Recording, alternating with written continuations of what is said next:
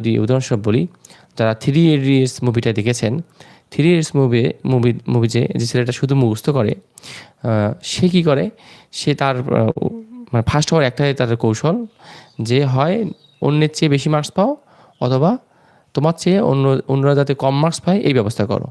সে যেহেতু খুব চতুর, তার নামও চতুর বলে, অন্য একটা নাম থাকে কিন্তু সবাই তাকে চতুর বলে ডাকে।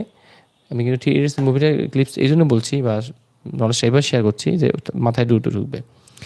সে কী করে, পরীক্ষার আগের দিন, আগের রাত্রে ওই ম্যাগাজিন, মেয়েদের বিবস্ত্র ছবি বা কম কাপড় পরা ছবি সহ ম্যাগাজিন প্রত্যেকের রুম, হোস্টেলের রুমের নিচ দিয়ে থাকে, যাতে করে তারা ওটি নিয়ে ব্যস্ত থাকে এবং পড়ালেখা কম করে আর মার্কস কম পায়, আর হচ্ছে মার্কস যা পাবে তা পেয়েই ফার্স্ট হয়। এইটাকে টের পায় হচ্ছে আমির খান।